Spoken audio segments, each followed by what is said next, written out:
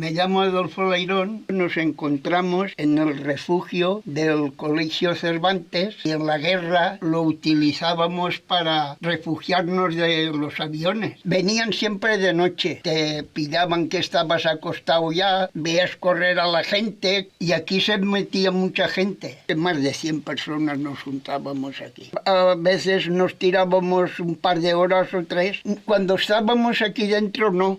Pero cuando estábamos en la calle y en las casas sí, teníamos miedo. Y muchos lloros y se veía de todo. Son cosas que a uno se pone un poco así, porque aquí se han visto muchas cosas.